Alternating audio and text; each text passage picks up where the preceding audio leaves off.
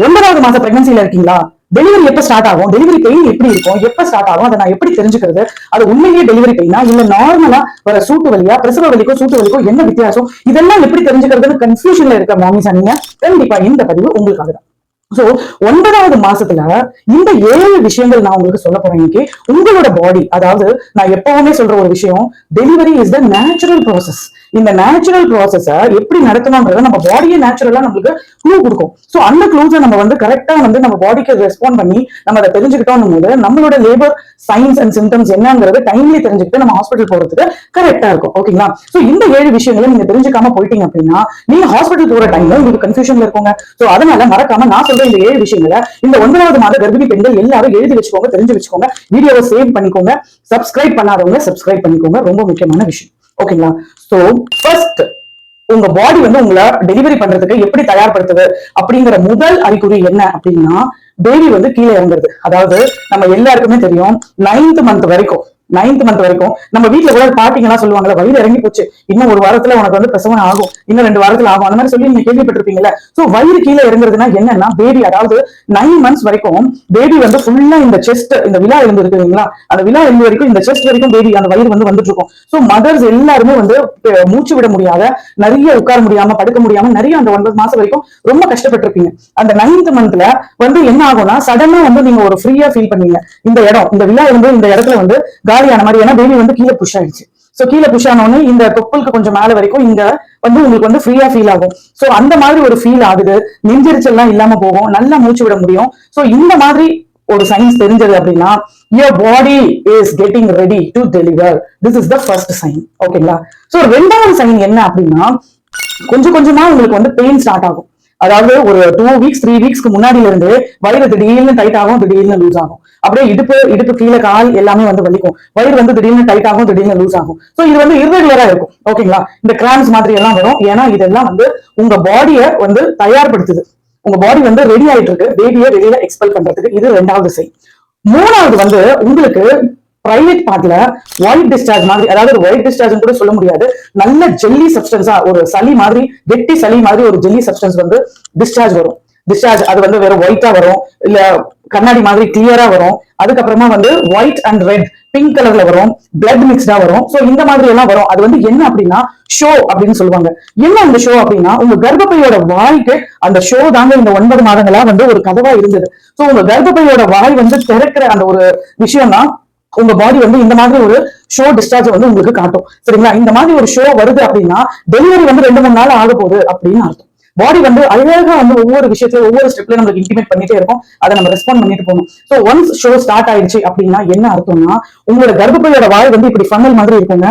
இது கொஞ்சம் கொஞ்சமா சாஃப்ட் ஆகி இந்த மாதிரி ஆயிடும். அதுக்கப்புறமா டைலேஷன் எப்படி ஆகும்னா, கொஞ்சம் கொஞ்சமா கர்ப்பப்பையோட வாய் திறந்து குழந்தை டெலிவரி ஆயிடும். சோ இதுதாங்க டெலிவரி ப்ராசஸ். சோ அந்த ஷோ வருது அப்படின்னா, அந்த ஒயிட் டிஸ்சார்ஜோட பிளட் கலந்து இந்த மாதிரி டிஸ்சார்ஜஸ் வருதுன்னா, உங்க கர்ப்பப்பையோட கதவு திறந்துடுத்து, உங்க குழந்தை எப்ப வேணாலும் வரலாம் அப்படிங்கிறதுக்கு அறிகுறி. 4வது விஷயம் என்ன அப்படின்னா, பெயின். சோ இப்ப ஷோ ஸ்டார்ட் ஆயிடுச்சு அப்படின்னா அடுத்து பெயின் ஸ்டார்ட் ஆகும். அது ஒரு நாள்லயும் வரலாம், அரை நாள்லயும் வரலாம், இல்ல அதுக்கு அடுத்த நாளும் வரலாம். அந்த மாதிரி சோ பெயின் ஸ்டார்ட் ஆகும்போது எப்படி வரும்? இப்ப லேபர் பெயின் நான் முன்னாடியே சொல்லியிருக்கேன். நார்மலா பீரியட்ஸ் பெயின் மாதிரி உங்களுக்கு ஸ்டார்ட் ஆகும். வயிற்றுல அடி வயிற்றுல ஸ்டார்ட் ஆகி, இடுப்புல ஸ்டார்ட் ஆகி, கீழே காலெல்லாம் வலிச்சு, அதுக்கப்புறம் வயிறு டைட் ஆகும். சோ இது லேபர் பெயின். இதுல அப்நார்மலா வர நார்மல் பெயினுக்கும் லேபர் பெயினுக்கும் என்ன வித்தியாசங்கிறது நீங்க தெரிஞ்சுக்கணும். அதாவது சூட்டு வலின்னு சொல்லுவாங்க. ஒரு சிலருக்கு வலி வரும். ஆனா நிறைய மாமிஸ், அதுவும் அந்த ஃபர்ஸ்ட் டைம் மாமிஸ் எல்லாம் என்ன பண்ணுவாங்க அப்படின்னா, வலி வந்துருச்சுன்னு உடனே ஹாஸ்பிட்டல் கிளம்பி போயிடுவாங்க. ஆனா அங்க பார்த்தா கர்ப்பப்பை வாய் திறந்து இல்லாம இருக்கும். சோ இந்த உண்மையான வலிக்கும் ஃபேக் வலிக்கும் என்ன வித்தியாசம் அப்படிங்கறது தெரிஞ்சுக்கணும். ஒரு சில வலிக்கெல்லாம் நம்ம வீட்டு வைத்தியம், சீரக தண்ணி, சோம்பு தண்ணி அந்த மாதிரி எல்லாம் குடிச்சோம் அப்படின்னா கொஞ்சம் அந்த வலி ரிலாக்ஸ் ஆயிடும். சோ அது ஃபேக் வலி. சோ ரியல் வலி எப்படி இருக்கும் அப்படின்னா, கண்டினியூஸா இருக்கும். அதோட ரிதம் கண்டினியூஸா இருக்கும். அதாவது உங்களோட லோயர் அப்டமன் அடி வயிற்றுல ஸ்டார்ட் ஆகி பேக்கு காலு எல்லாம் போகும். ரிதம் எப்படி கண்டினியூஸா இருக்கும்னா, விட்டு விட்டு வந்துட்டே இருக்கும். ஏன்னா அது கண்டினியூஸா கண்ட்ராக்ட் ஆகும்போதுதான் உங்களோட குழந்தை கொஞ்சம் கொஞ்சமா புஷ் ஆகி கீழே வந்துட்டு இருக்கு. இந்த பெல்விஸ் போன், இதுதான் இந்த இடுப்புல இருக்க பெல்விஸ் போன்னா இங்க இந்த தலை பிக்ஸ் ஆயிடும். சோ சரிங்களா? அந்த மாதிரி புஷ் ஆக தான் அந்த கண்ட்ராக்ஷன்ஸ் வரும்போது தான் அந்த பேபி கீழே புஷ் ஆகி பெல்விஸ், அதாவது அப்டமன் வயிறுல இருந்து கீழே பெல்விஸ்க்கு போகும். சோ இந்த மாதிரி கண்டினியூஸா இருக்கும். அந்த வலி எப்படி இருக்கும் அப்படின்னா, ஒரு 10 நிமிஷத்துக்கு ஒரு தடவை முதல்ல வரும். அதுக்கப்புறம் 15 நிமிஷத்துக்கு ஒரு தடவை வரும். அதுக்கப்புறம் 10 நிமிஷத்துக்கு ஒரு தடவை வரும். அது எவ்வளவு நேரத்துக்கு உங்களுக்கு இருக்குன்றதை நீங்க கை வச்சு பார்க்கலாம்.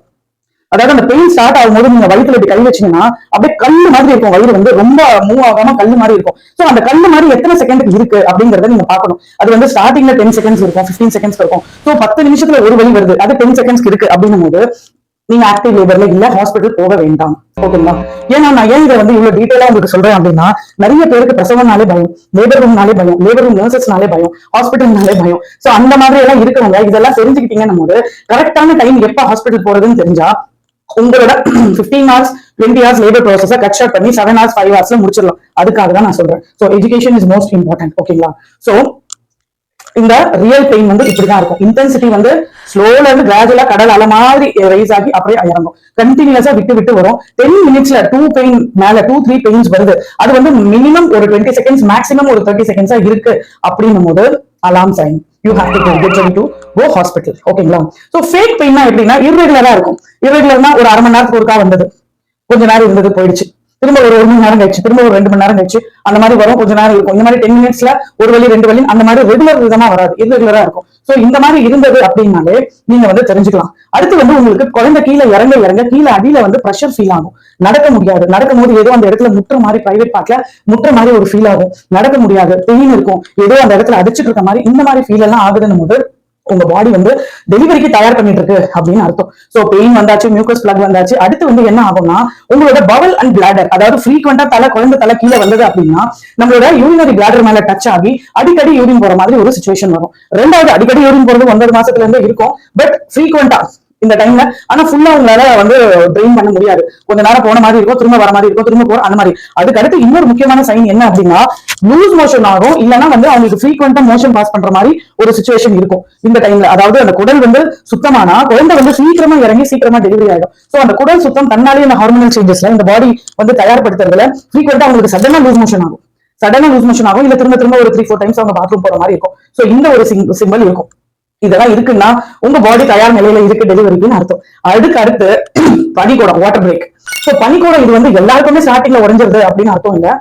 பெயின் ஸ்டார்ட் ஆகி ஹாஸ்பிட்டல் போய் லாஸ்ட் டெலிவரிக்கு முன்னாடி அதுவா உடையறதும் உண்டு, இல்ல உடைக்காம மெடிக்கலி அதை வந்து ஆம்னியோட்டமி பண்ணி நம்ம பனிக்கூடத்தை உடைச்சு டெலிவரி பண்றதும் இருக்கு. ஓகேங்களா?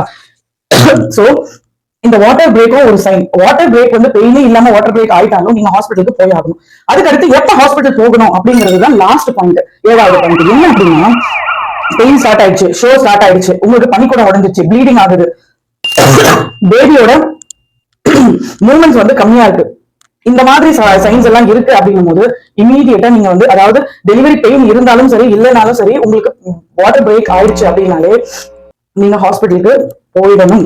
ஹாஸ்பிட்டல் போறதுல டிலே பண்ணக்கூடாது. ஏன்னா வாட்டர் பிரேக் வந்து கொஞ்சம் கொஞ்சமா லீக் ஆகுறதும் இருக்கு, கஷ் ஆஃப் ஃப்ளூயிட்ஸ் வந்து வெளியில வர்றதும் இருக்கு. அது என்னன்றது ஒரு ஸ்கேன் பண்ணி பார்த்து உங்களோட வாட்டர் லெவல் எப்படி இருக்குன்னு, ஃபுல் தண்ணி வந்துருச்சுன்னா அதுவே லேபர் பெயின் தன்னால ஸ்டார்ட் ஆயிடும். அப்படி இல்லைன்னும் போது உங்களுக்கு ஆன்டிபயோட்டிக்ஸ் கொடுத்து டாக்டர்ஸ் வந்து இன்டியூஸ் பண்ணுவாங்க. ஏன்னா குழந்தை தண்ணி இல்லாம குழந்தைக்கு வந்து மூச்சு கஷ்டங்கள் எல்லாம் வர வாய்ப்புகள் இருக்கு. சோ மை டியர் மாமிஸ், இந்த 7 பாயிண்ட்ஸ் தெரிஞ்சு வச்சுக்கோங்க, வீடியோவை சேவ் பண்ணி வச்சுக்கோங்க. 9th மந்த்ல இருக்க ஒரு தாய்மார்களும் இதை கண்டிப்பா தெரிஞ்சுக்கணும். இதை தெரிஞ்சுக்கிட்டா லேபர் பெயினுக்கும் ஆர்டினரி பெயினுக்கும் என்ன வித்தியாசம் தெரிஞ்சுக்கிட்டு டெலிவரி டைம்ல கரெக்டா எப்ப ஹாஸ்பிட்டல் போகணுங்கிறத கண்டிப்பா நீங்க தெரிஞ்சுப்பீங்க, புரிஞ்சுப்பீங்க. இந்த வீடியோ உங்களுக்கு பயனுள்ளதா இருக்கும் அப்படின்னு நான் நம்புறேன். இருந்ததுன்னு நீங்க நம்பினீங்கன்னா சப்ஸ்கிரைப் பண்ணி இன்னொரு அம்மாவுக்கு ஷேர் பண்ணுங்க. நம்ம சேனல்ல லேபர் அண்ட் டெலிவரி சீரிஸ் வந்து நிறைய வீடியோஸ் வந்து ஃபுல் வீடியோஸ், ஷார்ட்ஸ் எல்லாமே நிறைய உங்களுக்கு வந்து எஜுகேஷனல் வீடியோஸ் இருக்கு. அதெல்லாம் பார்த்து பயனடைங்க, இன்னொருத்தருக்கும் ஷேர் பண்ணுங்க. வேற ஏதாவது உங்களுக்கு டவுட் இருக்கு, நிறைய விஷயங்கள் நான் தெரிஞ்சுக்கணும் அப்படின்னு நினைச்சீங்கன்னா கமெண்ட் செக்ஷன்ல feel free to ask. Every Saturday Ask Major Prema Praveen சீரிஸ்ல நான் இந்த டவுட், கொஸ்டின் அண்ட் ஆன்சர்ஸ் தான் வீடியோவா போஸ்ட் பண்ணிட்டு இருக்கேன். கண்டிப்பா உங்களுக்கு நான் வீடியோ மூலமா பதில் சொல்றேன். Thank you, mamis. All the best.